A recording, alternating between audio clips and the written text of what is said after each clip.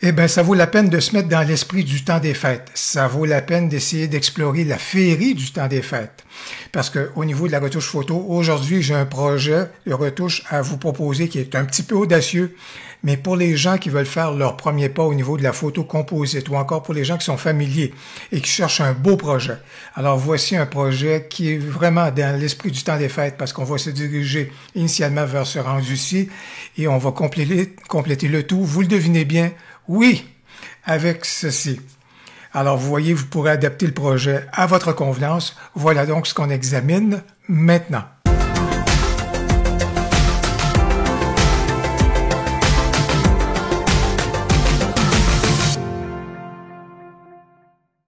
Puisqu'il s'agit d'un exercice pratique de retouche photo, vous allez retrouver dans le descriptif de la vidéo un lien pour vous permettre de télécharger le fichier TIFF ou encore le fichier JPEG de la photo principale, de même que deux autres fichiers JPEG qui vont vous permettre d'ajouter des éléments dans votre photo. Bien sûr, vous avez la possibilité de vous tourner vers votre logiciel de retouche photo préféré, mais j'espère que celui-ci tient en compte ou a la fonction de calque, parce que les calques seront absolument nécessaires pour réaliser les photos d'aujourd'hui. Quoique, si vous avez, par exemple, Luminar AI, avec la fonction de texture, vous êtes capable d'ajouter des éléments dans votre photo. Alors, dans une certaine mesure, vous serez aussi en mesure à ce moment-là d'obtenir un certain résultat. Donc, peut-être pas des fois avec la même aisance, peut-être, mais que par le truchement de calque, mais n'empêche que vous êtes en mesure de réaliser cela.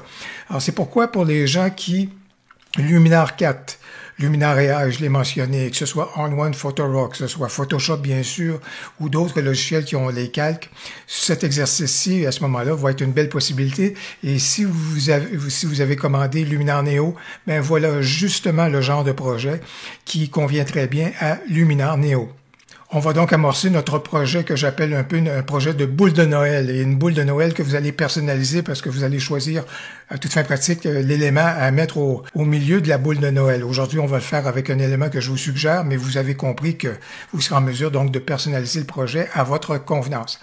Alors, moi, je vais me tourner vers On1 Photorock et à un moment donné, il y a une étape que je vais faire un tout petit peu de façon, comme je veux vous le montrer avec les calques, puis je vais aussi le faire d'une autre façon à cause d'un outil qu'on retrouve dans On1 Photorock. Pour ceux qui ont On1 Photorock, je pense que vous allez apprécier énormément cet outil-là.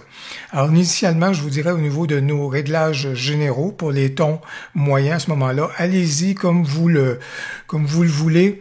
Pas besoin de déboucher trop les ombres parce qu'on est en train de créer une mise en scène. Alors, c'est pourquoi on s'en va pas vers une grande lumière. Je vous dirais, assurez-vous d'apporter du noir ici sur justement la forme qui est là et qui est drôlement sympathique. Par la suite, moi, je vais me tourner vers quelque chose qui donne un petit rendu un tout petit peu HDR, c'est au niveau donc du contraste dynamique. Alors, ça fait juste, comme vous pouvez le constater, ça fait juste rendre les couleurs encore un petit peu plus vivantes, un petit peu plus de présence également.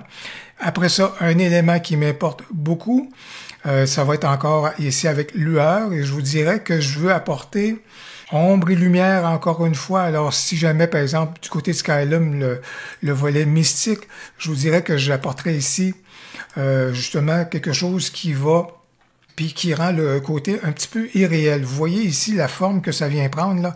Il y a un velouté, il y a un volet rêverie que je viens d'apporter.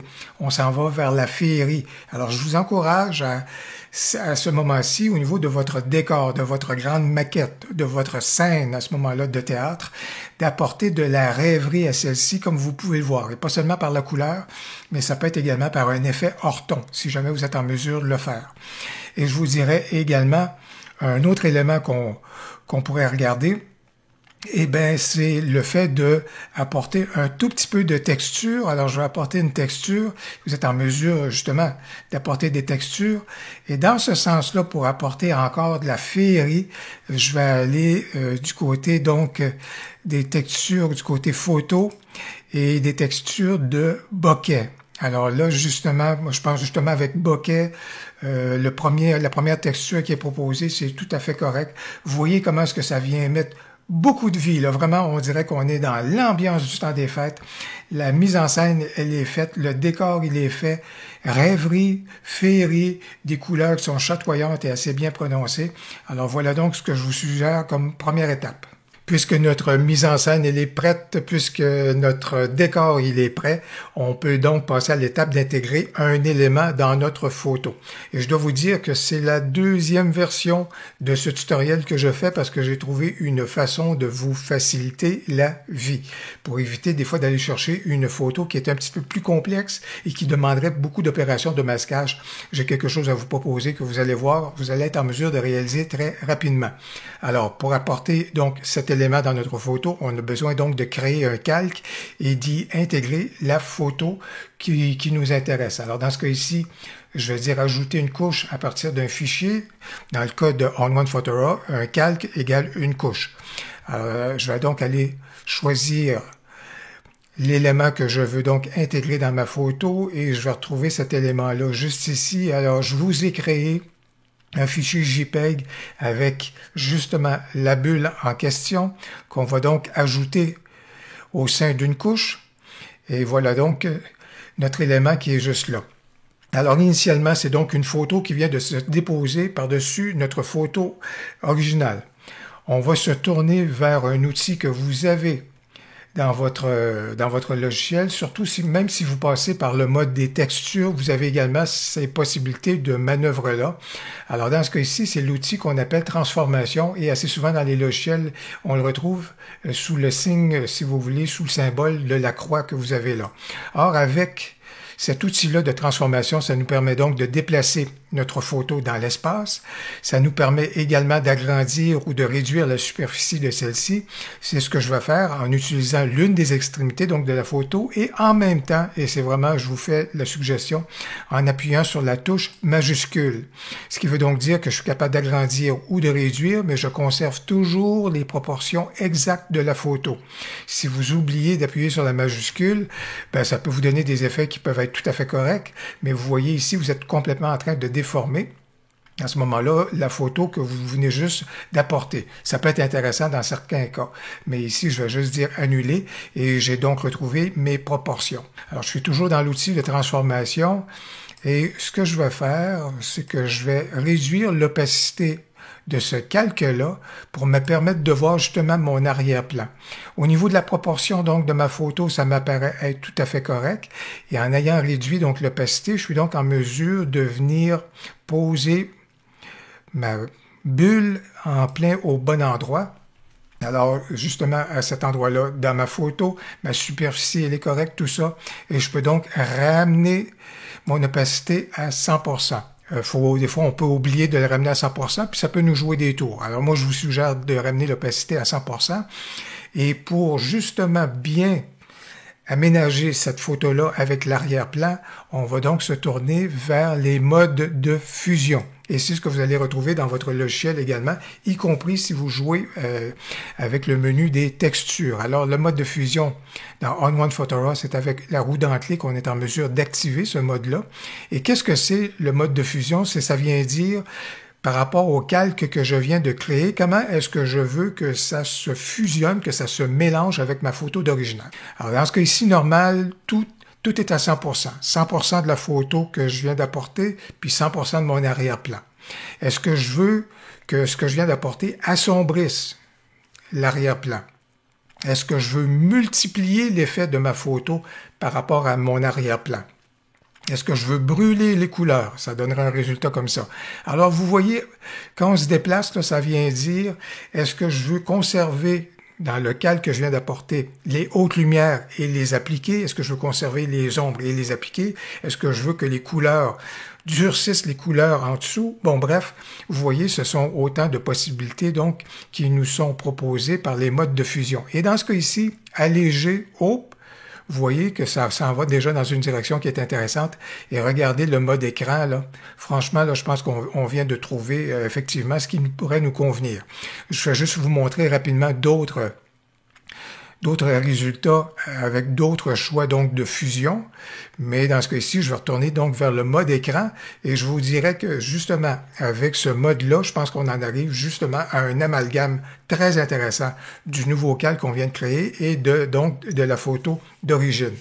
Il est possible des fois que le mode de fusion à lui seul ne parvienne pas à un résultat optimal. C'est là qu'on peut se tourner vers les outils de masque qu'on a pour le calque et pour l'élément qu'on vient d'apporter pour compléter et bien peaufiner à ce moment-là le rendu qu'on voulait obtenir.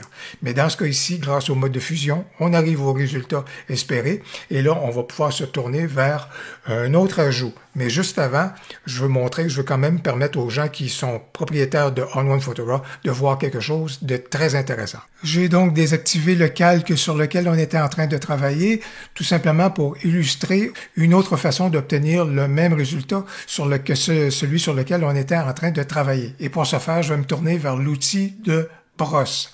Alors, je suis donc revenu sur le calque de la photo principale. Ça, c'est important.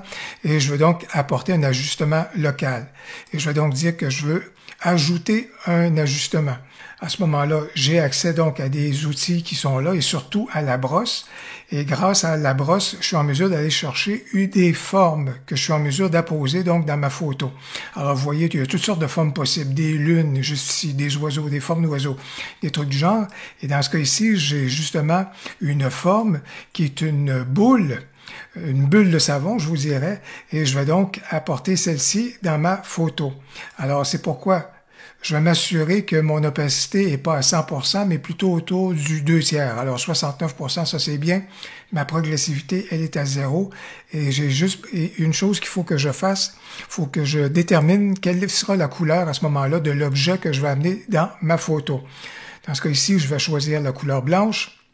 69%, et je vais juste déterminer l'endroit où est-ce que je vais venir loger à ce moment-là ma boule, et ça sera juste ici, et voilà, c'est pas plus compliqué que ça.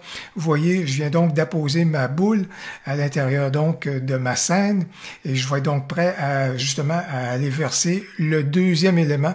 C'est donc ce qu'on va examiner maintenant.